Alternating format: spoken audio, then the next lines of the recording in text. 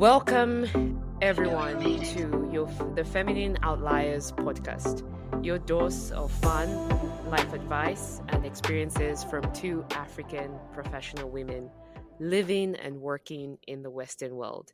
We are your hosts, Cholwe Mandona, and Zelda Wasau.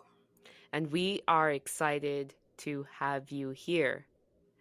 All right. I am excited about this episode. I know I'm always excited about the episodes, but each time we think up what we're going to be talking about, we just get excited. Um, before we start, we are going to talk about what we are unlearning. And so, Zell, I'm going to put it to you. What are you unlearning this week? So I'm unlearning the art of procrastination. Ooh. Like today, I finally sat down and made all the appointments I need to make that I've been procrastinating for months to get done. And honestly, it feels so good once you get things done. And then also, like Mm. now, I am finally getting into organizing with like Google Calendar and stuff like that. And so back to unlearning the art of procrastination, I'm like, nope, put it in your calendar immediately. You get the appointment, put it in the calendar right there and then. Don't procrastinate, get it done with, move on with your life. And I'm not gonna lie, it does make life easier. Like when you get things done there and then, it makes your life easier in the future. So I'm really excited that I actually got things done today that I have been waiting to do for months. Um, and really, procrastinating can really pull us back in a lot of ways because the things that you need to get done that you just don't get done because you're like, I'm going to get it done next week, next month, next year. You can't keep on procrastinating. It's better to just get it done with and move on because I mean, it's also part of being more efficient, which is something I'm trying to do, is be more efficient and well organized. Mm-hmm. And part of being more efficient is just getting things done in a timely manner and not procrastinating. Procrastinating can be really fun sometimes, because you just don't feel like doing it. You're just like, nope, I'll just sit down and not do anything. But it's always at the back of your mind that, oh my goodness, I need to do X, Y, and Z. And until you actually do it, Mm. it's still like lingering. That little thorn in your flesh is telling you, there's still something you need to get done. And yeah, Mm-hmm. so that's what I'm learning. Ooh, that's a good one. And you have actually helped me respect getting things done, especially from a medical perspective. Because when we are chatting and I hear your stories of how um, a patient has come in and they haven't been to the doctor for like 4 or 5 years, but they're coming in for like probably one symptom, and then it turns out that there is more to their story. And Mm-hmm. I'm just mortified when you're like, oh, and now we have to do this, or like, I don't know, you have to like chop off someone's leg because like they waited too long to come to the doctor. And I'm like, no, I do not want that to be me. So I sort of think about that, and then extrapolate that in my other parts of my life. So you're making me just hearing those stories is like, wow, if only the person, just the first time it hurt, if only they just like went to the doctor and just made a plan, and Right. the solution would have been way different and probably manageable and easier. um True. but yeah, but then it's like, oh shucks, when you procrastinate, by the time you actually deal with what you need to deal with, it may involve more things and it becomes more complicated, and you're like, Mm-hmm. I wish I had done that. I had done something earlier. And I think even just in general, like in terms of the markets and how businesses work, I think they also pry on people that procrastinate. Like, like Right. if you're buying a plane ticket or like buying other things, like if you buy them earlier, it's cheaper than if you buy it later. So there's also money involved as well. Mm-hmm. Yeah, I like that. I really like that. And I guess what it does is that you probably have to be a better decision maker. I'm wondering if you're having to like then make decisions pretty quickly or understand what values are important to you. Is that something you see yourself doing now? Yeah, I definitely feel like you have to be good at making decisions on the go and just being decisive, essentially. So, are you going to do it or you're not going to do it? And you know what are the consequences of doing it and what are the consequences of not doing it. And if you're Mm, fine with them, then it's you can make your decision based off whatever consequences you're willing to deal with. But you said something mm, so true is that if you just keep on procrastinating, end up having a mountain of stuff to get done, and then it ends up looking so daunting that mm-hmm, you just don't want to do it. And the more daunting it looks, the more you procrastinate because it's just like it's too much to do. And then it just becomes a revolving, unending cycle until something major happens that makes you actually do it. mm-hmm, So in my head, I'm just like, just get it done. It's and it's just it's a basic thing. It's a basic principle when it comes to being more efficient, organizing your life. For example, in the house, if you want to keep a clean house, you have mm-hmm. to make sure everything goes in its place. So when you finish using something, just put it back where it was from. Even if Right. it means stepping on a stool to go and put it back, just do it. Because if you keep on leaving things out, more things are going to pile up and there's going to be more clutter. And then it just becomes more overwhelming for you to do it. But if you just do it one small thing at a time, Mm-hmm. it just makes your life easier. And yes, it takes 30 seconds of you denying your flesh and being like, okay, I'm actually have to do this, or getting up out of the couch when you're maybe watching a movie. But it's okay. Mm-hmm. It'll save you time down the line and you'll be much better and you'll be more organized because I mean your mind and I don't know, my mind feels much better when it's clutter free. Exactly. Same here. So Yeah. It does. That does make sense. It's funny that you said that it's seconds to just put something back. It feels like, oh, this is gonna take forever, but it's literally seconds. Like what's gonna take forever is when you actually let things pile up.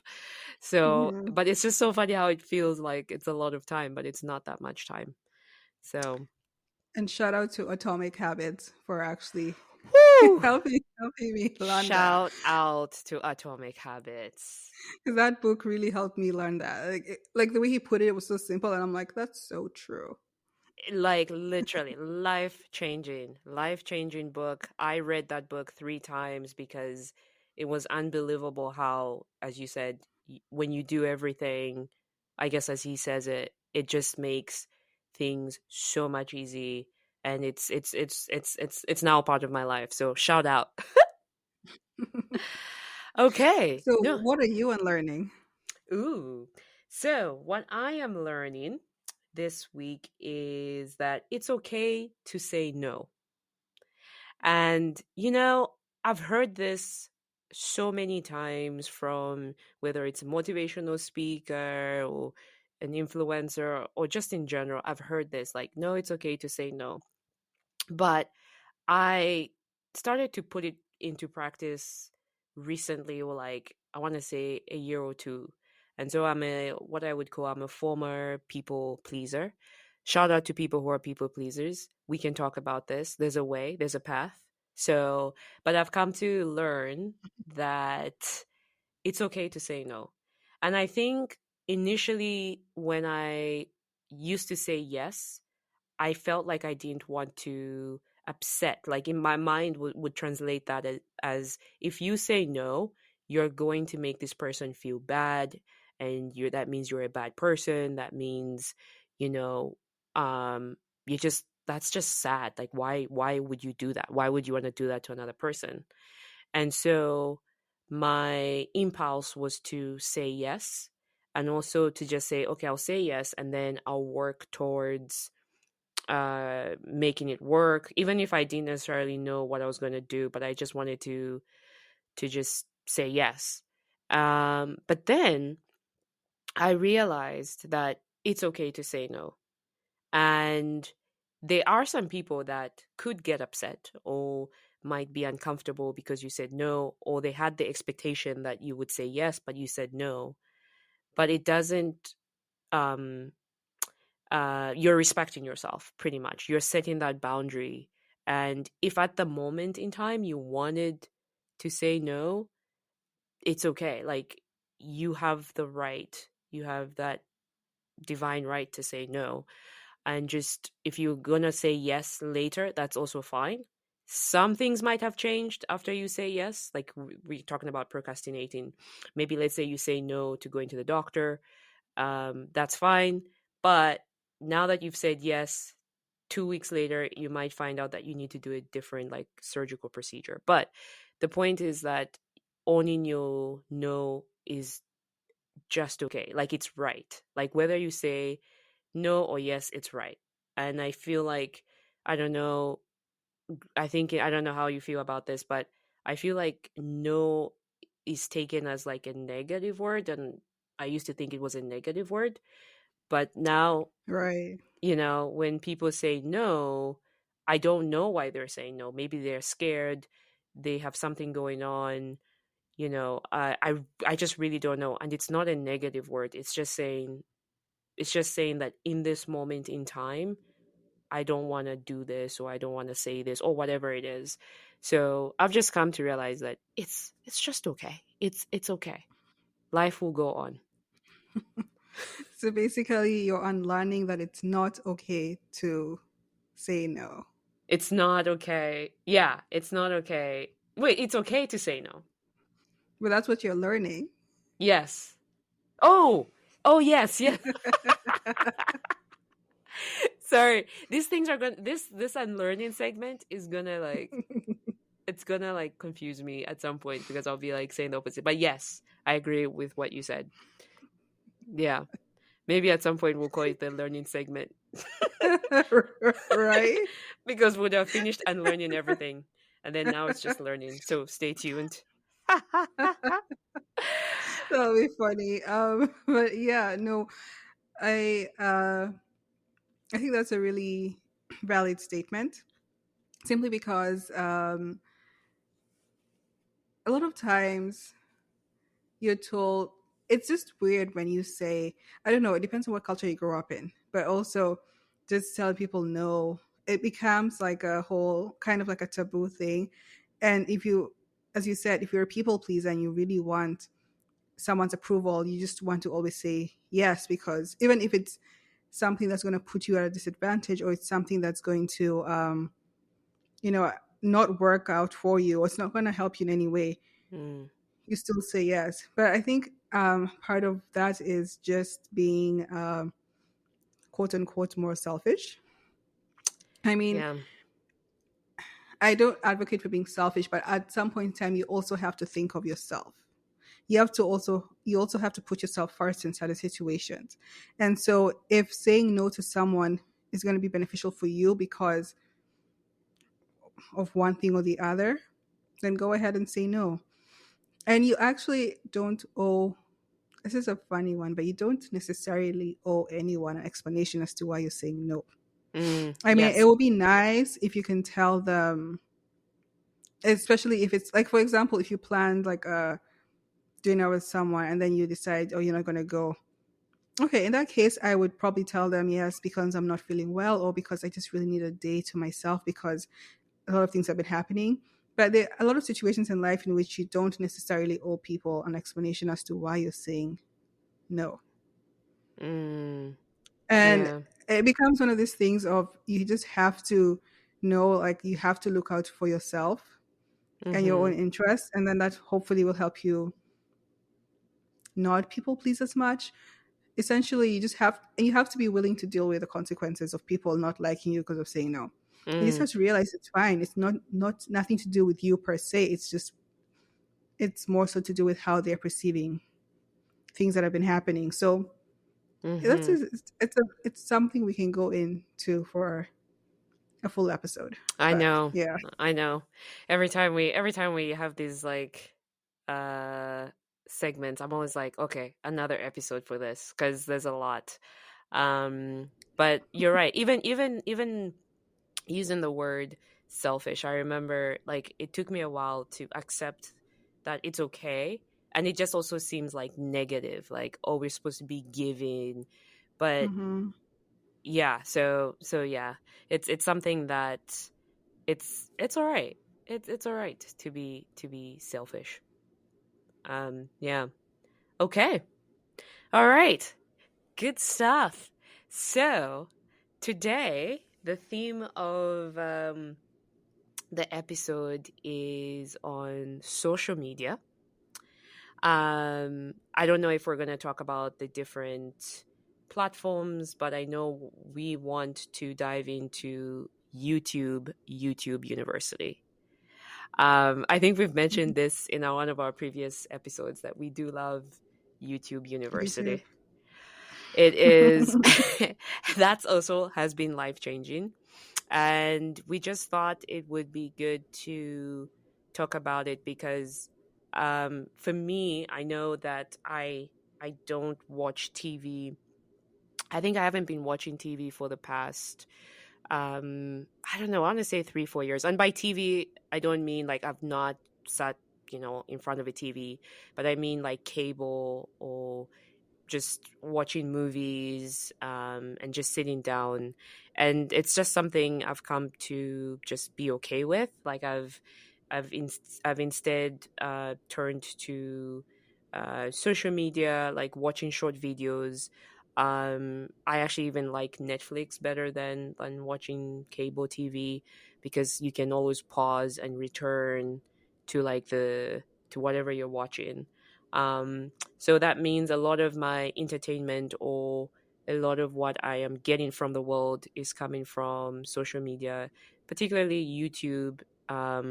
But the way we use YouTube is, I don't know if it's different, but we're gonna dive into that. But Zell, when I said YouTube University, what was the what was the first thing that came to your mind? So, what I mean when I think about YouTube University, it's basically you can learn a lot from just various YouTubers and all different aspects and spheres of life. Whether it comes to people vlogging or podcasts on YouTube, or people just simply having channels that they give information based off their expertise, based off their knowledge, based off their careers. There's so much you can get off of YouTube that is technically free. So Right. it's really great because you really can get really valuable information just at the tip of your hands if you just, search, put in a keyword and search it, and you get so much information from it. So for me, YouTube University is just, it's a wealth of knowledge. It's a really great tool to use. I really enjoy YouTube. It's something I watch almost every day. I know. Yeah, no, I totally agree with you. One thing that YouTube did for me is that it provided that representation, especially as a Black woman, Hmm. um, wanting to learn more about how other Black women live, or like how other Black families, African people, like not just seeing my own world, and just saying this is it. But we if Right. you know what I mean, like Hmm. we both are curious about other cultures. And so for me, it just like it took me out of my comfort zone. It took me out of my own thinking. And so like whatever I could, think up, like seeing, for example, Black women that travel around the world. Amazing. Shout out to all those Black women that are Right. traveling around the world.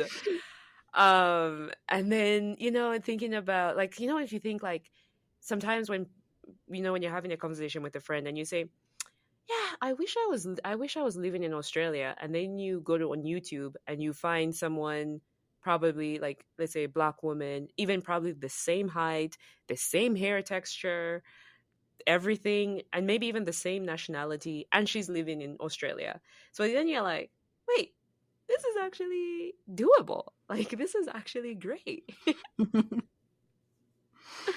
Essentially, that's so true. I mean, it's just YouTube just opens up your world.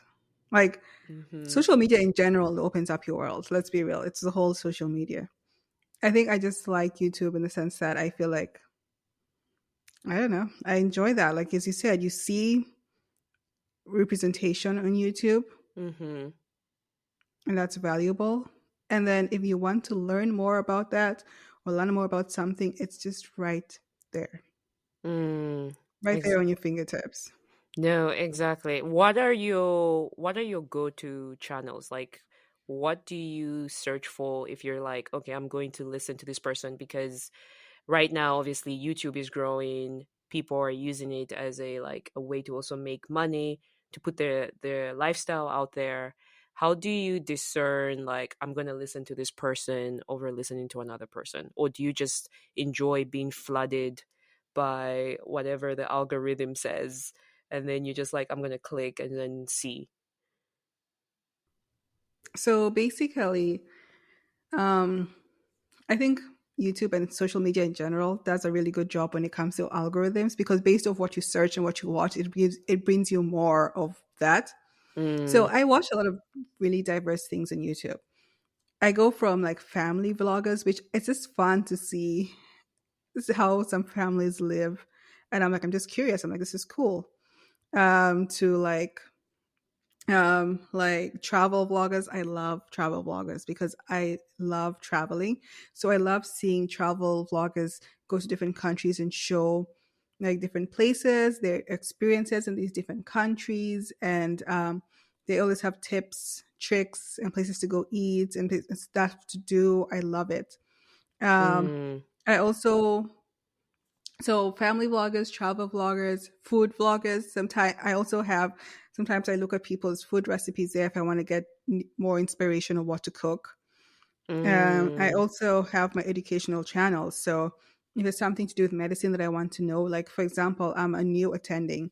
So I like looking up a day in the life of a hospitalist physician, and I mm, see what other hospitalists are doing, how they arrange their day, how they organize their stuff, or sometimes they just have sit down videos in which they discuss, like, this is what we do, this is not what we do, this is how I go about my day. That's really helpful.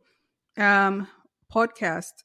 I really love watching podcasts on YouTube, and mm, podcasts vary. It could be just like podcasts like what we do, in which people we just generally discuss a lot of different things to do with life.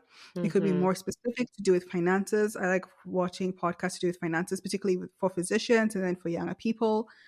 Um, and so many other different types of podcasts. As long as I'm getting something useful, I'm learning something from that podcast, I listen to it. So there's a couple of them that I follow, and I like listening to them while I'm cleaning, and I'm just like, doing my housework and everything and listening to them. So I also mm-hmm. listen to that. And then sometimes, it's just pure entertainment. Like the vloggers sometimes are just pure entertainment. Seeing how other people are living in different countries. You can, if you're curious and you just randomly want to be like, as you said, I wonder how it'll be if I lived in this country or that. I just randomly Google it. But I think Mm-hmm. YouTube has a really good balance of just things for pure entertainment value and things that are educational. And I found a lot of educational material on YouTube that I found very valuable. Mm-hmm. Yeah. And it's interesting because the value that YouTube adds um is different from like academia. Like academia is based on sort of like professional skills, um where you have to go like yeah, you go to a university, um and then you are seated in a lecture hall, whatever, and then you have this professor telling you about the principles of this subject, blah blah blah. But the part about like how to handle your finances, how to manage your Hmm. hair, how to match colors, like for me, for example, I have learned so much about fashion and makeup from YouTube, especially someone like me who grew up as a tomboy. And I also, yeah, like not really caring about what clothes I would wear, like just Hmm. wanting comfort and all of that. And then I moved away from my family. So from my mom and my sister, and those were the two women that would have advised me about, like, feminine stuff and how to be more feminine. So I was like, okay. And then thank God to my friends, that also helped. But when you're independent and you're focused on your career, like I have been, then you're like, okay, who do I turn to? So shout out to all my sisters on YouTube, and all the women and all the aunties, mothers, like everybody who has, especially the feminine based channels, where especially seeing black women showing their feminine side, because like how, I think particularly in the US, there's this element of be the strong black women, and we do celebrate the strong black women even in history that have changed our lives, and we're even able to have a podcast today, right? But there's also that part of us on a daily where, as a woman, we just want to relax. We want to, like, relax, feel beautiful, look beautiful. And just to see that on YouTube, like seeing how women are doing that, black women, for example, are doing that on a daily, like what perfume they're Mhm. using, what they're eating, how they set up their dining table for a candlelit dinner.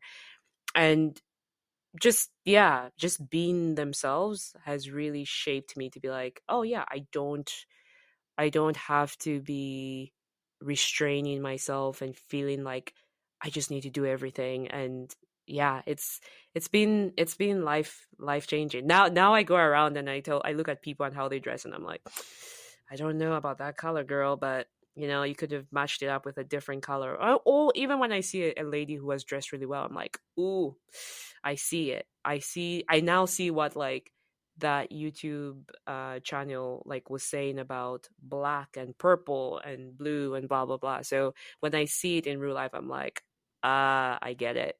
So y- You yeah, were saying something about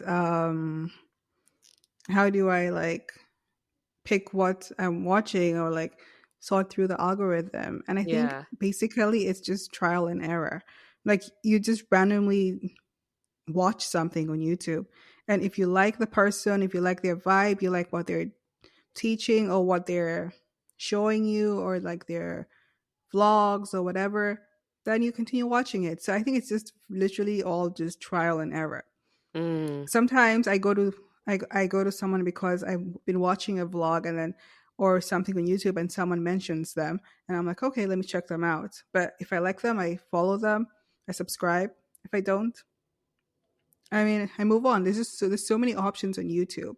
Literally, I can spend like I don't know hours on YouTube, and like I have like the different people I watch. Like so that I have certain shows or episodes that come out every week, twice a week or whatever, and I love it.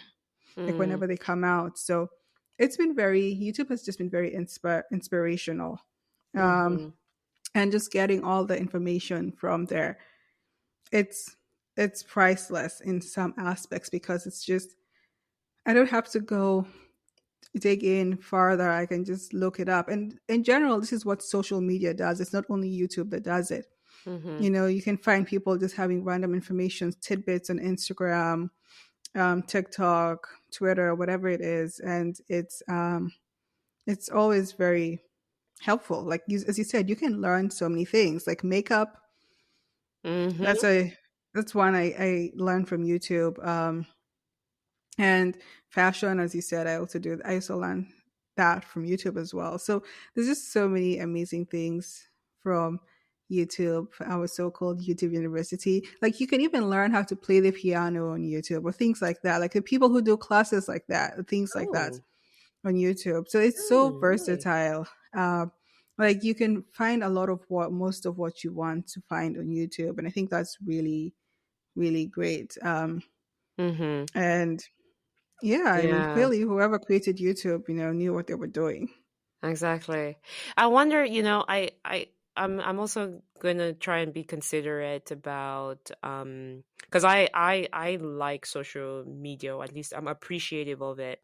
But I don't know if you have encountered um, people who don't like social media, or they'll say, I'm staying away from, whether it's YouTube, I don't know, Facebook, and their perception is that it leads to, let's say, I don't know, jealousy, or people feeling like, wow, like, look at that person at the beach in Fiji with their family, and Hmm. here I am at work. I'm stuck here for the next 8 hours, and I don't even know if I like this job, if I'm going to quit. And there's that other component to media, social media. So Hmm. I'm wondering if you have encountered that, or like, do you think that you have to have a certain mindset, like both of us? Because like for me, when I see someone at the beach in Fiji, I am literally trying to figure out how to get to Fiji, like what would it take. But someone else might look at it and be like, oh, my life sucks. So there's that sort of like a different mindset. So I'm wondering if we are also in our own bubble, the way we're viewing these things, because someone else could be like, no, YouTube sucks, or Facebook sucks, or Instagram is not my thing. What would you say to that? So I wouldn't say we're in a bubble because all we've talked about so far is the advantages. We haven't yet talked about the The disadvantages. disadvantages. Yeah. There's always pros and cons to everything. So yeah, I love YouTube, but are they? And I love social media in general, but are they downsides to it? Of course they are, and this is where discernment comes in. Um, so essentially, like when it comes to choosing people to watch or people to follow and things like that, when it comes to social media in general, you might watch something you don't like that doesn't sit well with you. You can simply unfollow the person, or just if it's extreme, you can kind of have the algorithm remove them out of your, kind of in a way block them from your algorithm. And there's ways to do that and things like that. And you can just avoid things like that. There's always going to be, you know, negative Nancy's out there, and you'll definitely find, like for example, on YouTube channels you don't gel with, or you don't really like the content and how they say things. And uh, like there's a channel I watched, and I was just like, what is wrong with this guy? Like, why does he say things like this about women and things like that? Um, and so there's always going to be that. You just have to have discernment as to what to follow, what not to follow. When it comes to seeing other people's lives and everything on social media in general, people tend to post their best on social Mm, media in general. I think now people are slowly moving to also posting their hard times, like when they're really down and stuff like that. But the truth of the mm-hmm, matter is that people get a lot of criticism when they post when they're down and stuff on social media. Like it's a lot mm, of like people out there who will just literally come for you. And so a lot of times people post the best part of their lives, and they also mm, only post tidbits and snips of their lives. It's just a small section of what's happening. You don't see everything that's happening behind the scenes for the most part. There mm-hmm, might be some people who are good at doing that, but most mm-hmm, people are not good at doing that. So it becomes a thing of you have to realize that you're not seeing the whole entire story. Yes, mm, this person is traveling and they have luxury travel and their life is amazing and stuff like that. Well, they might not post the time they got really sick and they had food poisoning when they traveled mm, and life absolutely sucked. They might yeah, not post if something got stolen from them. They might not yeah, post how long it took them or what it took them to get to that point in their life. You might just be seeing they've arrived, but you don't even know how they arrived or how they got there. There are mm-hmm, people, obviously, who are good at doing that or who are trying to do that. But for the most part, you don't see a lot of these things on social media. You tend to see the end product, and the end product tends to be good a lot of the times because most mm-hmm, of what you see on social media is good. So being aware that what you're seeing is not the entire picture is the first step to mm-hmm, preventing yourself from being, you know, down and everything. Because you're not seeing someone's whole entire life. And I think this is something that a lot of young people like did not really grasp immediately. Mhm. Because yeah, you're seeing this and that and all that on social media, but you don't know the whole entire story. In fact, you Mhm. most likely don't know most of the story.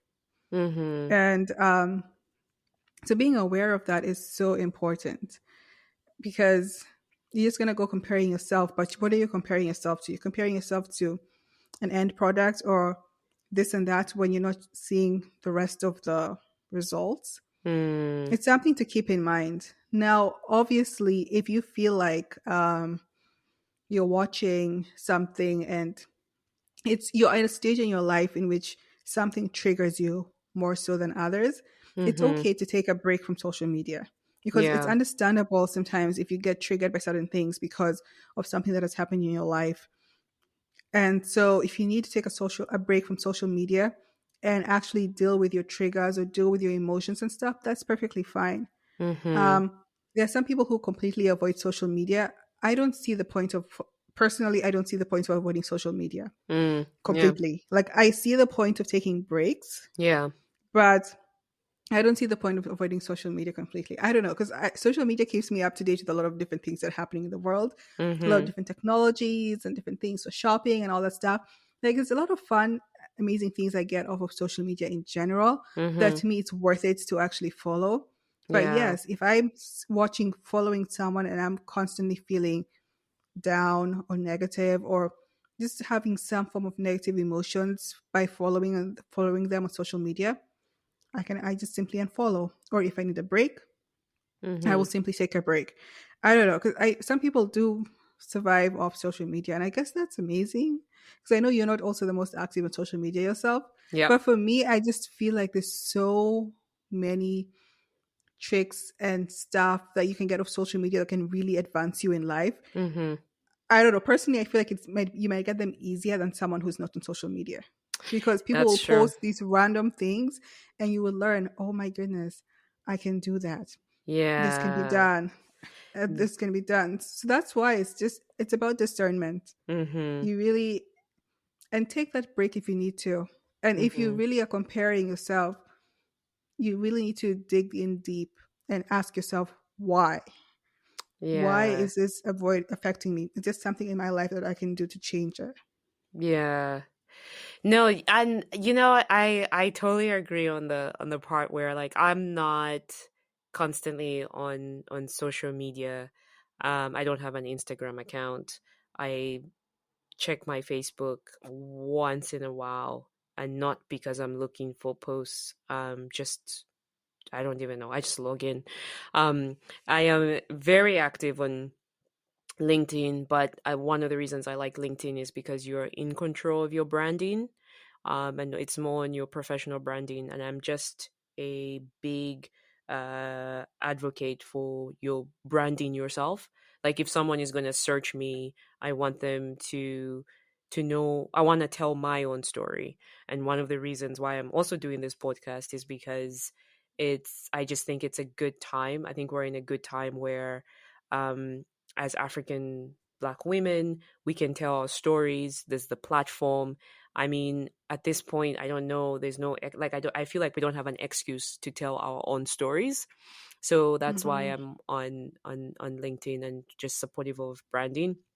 But I do realize that I am missing out on new ways of doing the things that I want to get done. So one good example Mm. is I today was looking at um this guy's I think maybe it was YouTube. It was a YouTube short, but I just clicked on him because he had a really fit body, and I was like, you know, I want to be physically fit as well. And he mentioned something about like he mentioned yes, he he mentioned something being professional here. He mentioned something about how eating a handful of nuts is going to be more calorie. It's going to have more calories rather. A handful of nuts has more calories than a handful of popcorn, and I'm a person, for example, that likes to eat nuts because I'm like, it's healthy, it's good for you, fiber. But I don't just eat a handful of nuts. I eat like I want to eat the whole can of nuts when like the packet, because my I don't know, I just don't recognize my mind or my body doesn't recognize that as just like a handful. Like what's a handful? In which world do I just eat a handful of nuts and walk away? So then I thought to myself, it actually is somehow way better to eat popcorn, more, like to eat a bowl of popcorn, because the calories will probably would not be the same as the nuts. So just things like that. Like I just learned that, like, oh yeah, that's true. So maybe I shouldn't reach for nuts. I can eat nuts maybe another time, but I can eat popcorn. So I do realize I'm missing out on these little nuggets by not being involved in social media as often. um but I yeah, but I want to agree with you, and I think for me also, I for example, I was just saying about people pleasing earlier. um I've also had to learn how to have a healthy mindset, um Hmm. because, and also like we talked about being an extrovert. So I'm a person that I'm, how do I say this, I'm very quick to learn or put my energies into someone else. So I have an impulse to be like, if I see someone at the beach, there's a part of me that just like my mind will go, why aren't I at the beach too? Like, what am I doing here? So, not realizing that that's just my impulse. So, I'm a person that is highly sensitive to environment. So, or I can tell you right now and say, I'm not going to drink any wine when I go to the party. I'm not going to drink. I'm going to just like sit there, drink orange juice, whatever. When I go to the party and I see 10 of my friends drinking wine, I am most likely going to drink wine. So I've come to realize that's me. And so social media doesn't necessarily help me sometimes. It sort of reacts to my impulses. So there's that. But so I've had to learn how to have a healthy mindset, to embrace, to be able to look at someone at the beach and be like, wow, that's amazing. Maybe I should go to the beach and plan for it. So dissociate that, because that person is at the beach, that means I cannot be at the beach, which is not true. I can be at the beach. I just need to plan for it. But yeah, it takes, yeah, it takes having that healthy mindset. And I like what you said about, if you are not, if you're being triggered, just pause, stop, and unfollow, do something else, because there's already a lot to do in the world. You don't have to actually be online and on social media to experience Most life. importantly is deal with the root cause of the problem. Mm, Don't yeah. just unfollow and pause. Deal with the root cause. Why are you Mm, triggered by what you're seeing? Is there something you can do to deal with that trigger? Then deal with it. mm. Yeah, it's a very hard thing. It's a very hard pill to swallow. But I think it's all about being proactive and just being realistic. Been, Because like yeah. if you, it's I think it's just something that I realized because there are certain things that also trigger me, and when I think about it, I'm like, it's because I don't have this or I want this. Or this is something I aspire to have, and I'm not there. How can I get there, or how can I do this or do that? It's just becoming practical. Okay, what can you do? Because just simply unfollowing, I don't know. I don't think that's the goal. I don't That's think that's the way of dealing things yeah. because that's just literally like kind of like putting a band-aid on things. Yeah, And exactly. because I mean, for me, I always say social media can be as good as it can be bad. Mm, It can be used to like spread around a lot of false, like a lot of fallacies, propaganda, fake information, whatever you call it. It can be used to do that. This is when it comes back to discernment. Who are mm-hmm, you following? Do you really have a knowledge based on what you're looking at, or are you just simply believing what everyone says?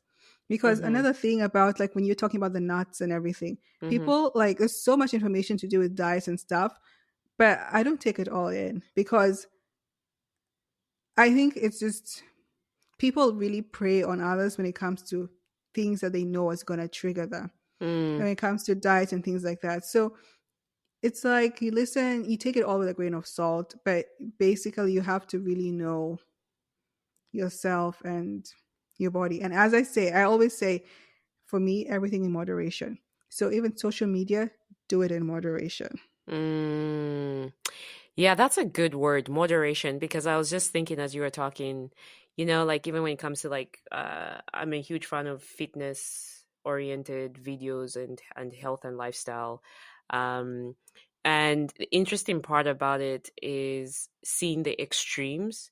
So you find somebody who has built muscle, is looking super fit, and then, and you're like, okay, I'm going to the gym, I'm doing all of this, I don't look like that, not understanding what else are they doing, or like not even realizing that their physique, their genetics, I don't know, the way their metabolism is totally different from mine.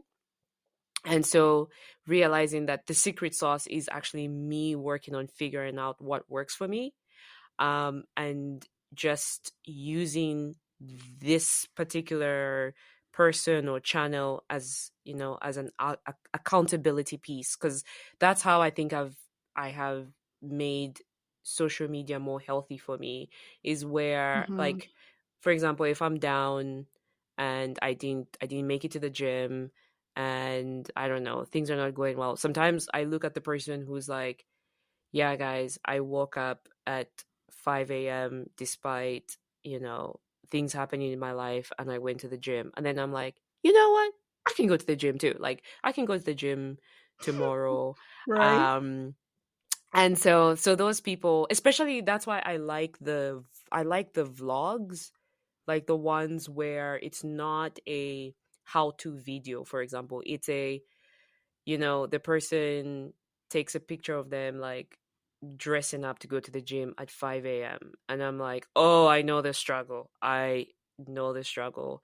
Or like, I don't know, I had a sick child and I couldn't make it to work and blah, blah, blah. Like, they're actually showing you their lifestyle in time, I think. Obviously, I'm sure Hmm. they have to set up their camera because somehow someone is either recording them or they have to set up their current camera. So there's a bit of, it's not necessarily maybe the truest reality, but so I like those because I almost feel like, oh, I have somebody I don't know, I can just like look up to, as opposed to saying I'm going to be like that. So I may not have that fit, like seriously fit body, with it may not happen, but at least I am accountable to like work out and continue being, at least heading in that direction. So I don't know. That's how I see it now. Yep. Yeah. Yeah. Well, All right. there's No, so much more we can talk about. Another exactly. episode. Another episode. But yeah, no, this is really good. I think, and now we are being a part of social media by having this podcast in a That's way. so true. So we've been so inspired by other people that we decided to set up our own podcast. But honestly, I can say that we have both learned from from social media and taking it in, as you said, Zell, in moderation, having a healthy mindset around it. There's so much that you can learn, that it has changed our lives, and in a way that we're also now hopefully changing other people's lives. And I guess knowledge, applied knowledge, is power. And so we keep the sharing, we keep the learning going, and yeah, and we become hopefully better people in this world. So, guys and ladies, this is it. It's been great. We'll probably have another episode, as Zolda has mentioned. So, um, don't forget to send us your feedback, to tell us what you are learning. We want to know how you're enjoying this podcast, and you can send all of this at the Feminine Outliers at gmail.com. So, until next time, have fun, live large, Live large. and don't And be don't be afraid to be an afraid to outlier. be an outlier. Thank you guys. Thank you guys. Bye.